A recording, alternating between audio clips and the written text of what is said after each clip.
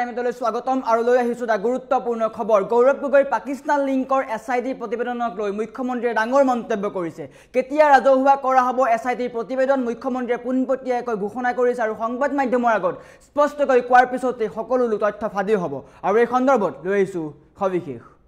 জনাইছো টাইমত big breaking গৌৰৱ গগৈক লৈ ডাঙৰ মন্তব্য আগবঢ়াইছে মুখ্যমন্ত্ৰীয়ে গৌৰৱ গগৈয়ে নিজে স্বীকাৰ কৰিলে পত্নী পাকিস্তানত থকাৰ কথা গৌৰৱ গগৈয়ে খুদ নিজেই স্বীকাৰ কৰিছে পাকিস্তানত থকাৰ কথা দুই সন্তানৰ নাগৰিকত্ব বিদেশী বুলি গৌৰৱ গগৈয়ে নিজে স্বীকাৰ কৰিছে বাকি সকলো তথ্য শীঘ্ৰে মুখ্যমন্ত্ৰীয়ে ফাদিল কৰিব পাকিস্তান ভ্ৰমণৰ কথা গৌৰৱ গগৈয়ে নিজে স্বীকাৰ কৰিছে কিন্তু পাকিস্তানৰ ভিতৰৰ সকলো কথা মুখ্যমন্ত্ৰীয়ে প্ৰকাশ কৰিব এটা সময়ত ৰাজহুৱা হ'ব এসআইটিৰ প্ৰতিবেদন বিটিসিৰ নিৰ্বাচনৰ পিছতে অনুষ্ঠিত হ'ব কেবিনেট বৈঠক বৰ্তমান সময়ত কেবিনেট বৈঠক অনুষ্ঠিত নহয় যাৰ বাবে এসআইটিৰ প্ৰতিবেদন ৰাজহুৱা কৰা নহয় বিটিসিৰ নিৰ্বাচনৰ পিছতে ৰাজহুৱা কৰা হ'ব পাৰে এসআইটিৰ প্ৰতিবেদন এদিনো পলম নকৰাকৈ এসআইটিয়ে 10 ছেপ্টেম্বৰত দাখিল কৰিছিল প্ৰতিবেদন এদিনো পলম কৰা নাই 10 ছেপ্টেম্বৰতে দিয়া হৈছে প্ৰতিবেদন চৰকাৰে সময়ৰ কাম সময়ত কৰিছে এদিনো পিছুৱা নাই বুলি মুখ্যমন্ত্ৰীয়ে মন্তব্য কৰিছে আৰু গৌৰৱ গগৈ পাকিস্তান লিংকৰ এসআইটিৰ প্ৰতিবেদনক লৈ মুখ্যমন্ত্ৰীয়ে ডাঙৰ মন্তব্য কৰিছে স্পষ্টকৈ কৈছে গৌৰৱ গগৈয়ে নিজে স্বীকাৰ কৰিছে পাকিস্তান ভ্ৰমণৰ কথা দুই সন্তানৰ নাগৰিকত্ব ভাৰতীয় নহয় বুলি গৌৰৱ গগৈয়ে নিজে স্বীকাৰ কৰিছে আৰু বৰ্তমান সময়ত আমাৰ কাম হৈছে আমি পাকিস্তানৰ সৈতে তেওঁৰ লিংক কি সেয়া জনা আৰু মুখ্যমন্ত্ৰীয়ে সেই তথ্য শীঘ্ৰেই ফাদিল কৰিব আৰু কেতিয়া ঘোষণা কৰা হ'ব বা কেতিয়া ৰাজহুৱা কৰা হ'ব এসআইটিৰ প্ৰতিবেদন সেই সন্দৰ্ভতো মুখ্যমন্ত্ৰীয়ে মুকলিকৈ ডাঙৰ মন্তব্য আগবঢ়াইছে পুনপটীয়াকৈ সংবাদ মাধ্যমৰ আগত কৈছে কেবিনেট বৈঠক অনুষ্ঠিত হ'লে ফাদিল কৰা হ'ব এসআইটিৰ প্ৰতিবেদন সংবাদ মাধ্যমৰ আগত সকলো তথ্য দিয়া হ'ব এসআইটিত কি আছে 96 জোৰা পৃষ্ঠাত এসআইটিৰ কি প্ৰতিবেদন আছে সকলো তথ্য এ টু জেড সংবাদ মাধ্যমক দিয়া হ'ব আৰু যিহেতু বিটিসি নিৰ্বাচন সমাগত আৰু বিটিসি নিৰ্বাচনৰ পিছতেই অনুষ্ঠিত হ'ব পাৰে কেবিনেট বৈঠক আৰু কেবিনেট বৈঠকতেই গৌৰৱ গগৈৰ সন্দৰ্ভত বহু তথ্য ফাদিল হ'ব পুনপটীয়াকৈ মুখ্যমন্ত্ৰীয়ে ডাঙৰ মন্তব্য আগবঢ়াইছে সংবাদ মাধ্যমৰ আগত কেতিয়া ঘোষণা কৰা হ'ব বা কেতিয়া ৰাজহুৱা কৰা হ'ব গৌৰৱ গগৈৰ এসআইটিৰ প্ৰতিবেদন সকলোৱে অপেক্ষা কৰি আছে এসআইটিত কি আছে 96 পৃষ্ঠাজোৰা এসআইটিৰ প্ৰতিবেদনত কি আছে সকলো তথ্য ফাদিল কৰা হ'ব মুখ্যমন্ত্ৰীয়ে পুনপটীয়াকৈ মন্তব্য কৰিছে গৌৰৱ গগৈক লৈ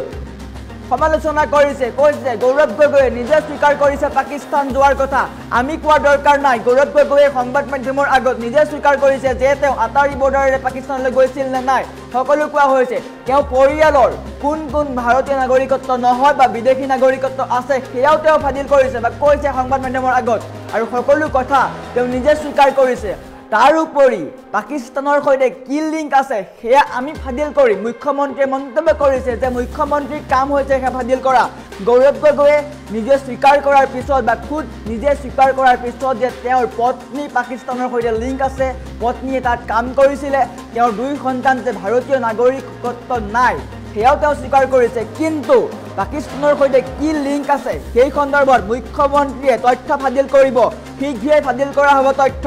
এটা সময়ত ৰাজহুৱা কৰা হ'ব এসআইটিৰ প্ৰতিবেদন সকলোৱে অপেক্ষা কৰি আছে কেতিয়া ফাদিল কৰা হ'ব এসআইটিৰ প্ৰতিবেদন আৰু গৌৰৱ গগৈক লৈ মুখ্যমন্ত্ৰীয়ে ডাঙৰ মন্তব্য আগবঢ়াইছে পুনপটীয়াকৈ কৈছে গৌৰৱ গগৈয়ে নিজে স্বীকাৰ কৰিলে যে তেওঁ পাকিস্তানলৈ গৈছিল আমি প্ৰমাণ কৰাৰ প্ৰয়োজন নাই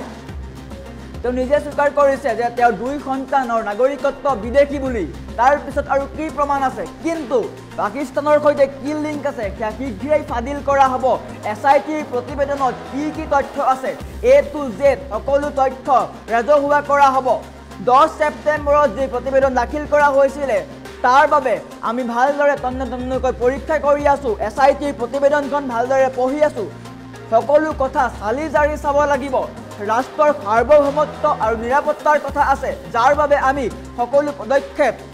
সিনেমাৰ দৰে কৰিব নোৱাৰো কিয়নো ৰাষ্ট্ৰৰ সাৰ্বভৌমত্ব আৰু ৰাষ্ট্ৰৰ নিৰাপত্তাক অক্ষুণ্ণ ৰখাৰ বাবে আমি কাম কৰি আছো আৰু গৌৰৱ গগৈক লৈ শীঘ্ৰেই ডাঙৰ সিদ্ধান্ত গ্ৰহণ কৰা হ'ব মুখ্যমন্ত্ৰীয়ে ডাঙৰ মন্তব্য আগবঢ়াইছে আৰু চৰকাৰে এদিনো পলম নকৰাকৈ এসআইটিৰ প্ৰতিবেদন দাখিল কৰিছে সকলোৱে সমালোচনা কৰিছে কংগ্ৰেছে সমালোচনা কৰিছে যে 10 ছেপ্টেম্বৰত মুখ্যমন্ত্ৰীয়ে একো কৰিব নোৱাৰিলে মুখ্যমন্ত্ৰীয়ে কৈছে যে আমি 10 ছেপ্টেম্বৰত এসআইটিৰ প্ৰতিবেদন দাখিল কৰিলো এদিনো পলম নকৰাকৈ আমি দাখিল কৰিছোঁ। SITয়ে দাখিল কৰিছে প্ৰতিবেদন। 10 ছেপ্টেম্বৰ তাৰিখ দিছিলোঁ। 10 ছেপ্টেম্বৰতেই SITয়ে প্ৰতিবেদন দাখিল কৰিছে। চৰকাৰে চৰকাৰৰ কাম সময়ত কৰিছে, এদিনো পলম কৰা নাই। আৰু ৰাষ্ট্ৰৰ সুৰক্ষাৰ কাৰণে, ৰাষ্ট্ৰৰ নিৰাপত্তাৰ কাৰণে সকলো কথা আমি চালি জাৰি চাব লাগিব, তন্নকৈ পৰীক্ষা কৰিব লাগিব। তাৰ পিছতহে গৌৰৱ গগৈক লৈ ডাঙৰ সিদ্ধান্ত গ্ৰহণ কৰা হ'ব। কিন্তু আমি প্ৰমাণ দিয়াৰ আগতে গৌৰৱ গগৈয়ে নিজে স্বীকাৰ কৰিলে যে গৌৰৱ গগৈ পাকিস্তানৰ সৈতে লিংক আছে। গৌৰৱ গগৈৰ পত্নী পাকিস্তানলৈ গৈছিল। তেওঁৰ যি দুই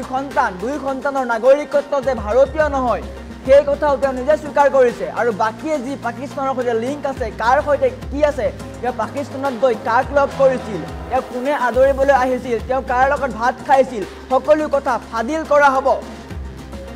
আৰু আমাৰ ওচৰত মুখ্যমন্ত্ৰীৰ মন্তব্য আছে, মন্তব্য দেখুৱাই লোৱাৰ চেষ্টা কৰিছোঁ। ক'লে যে মোৰ ঘৈণীয়েক বা মোৰ পত্নী পাকিস্তানত আছিল, বাকীখিনি মই ক'ম, হয় নাই? প্ৰতিবেদনখন এটা সময়ত ৰাজহুৱা হৈ যাব। এইকেইদিন কেবিনেট হোৱা নাই। ব্ৰিটিছ 10 তাৰিখে প্ৰতিবেদনটো একদিনো ক্ষতি নোহোৱাকৈ 10 তাৰিখেই মোক জমা দিছে। একদিনতো বেছি সময় লোৱা নাই। টাইমৰ কাম টাইমত। ক'লে যে মোৰ ঘৈণীয়েক বা মোৰ পত্নী পাকিস্তানত আছিল, বাকীখিনি মই ক'ম, হয় নাই? প্ৰতিবেদনখন এটা সময়ত ৰাজহুৱা হৈ যাব। এইকেইদিন কেবিনেট হোৱা নাই। ব্ৰিটিছ 10 তাৰিখে প্ৰতিবেদনটো একদিনো ক্ষতি নোহোৱাকৈ 10 তাৰিখেই মোক জমা দিছে।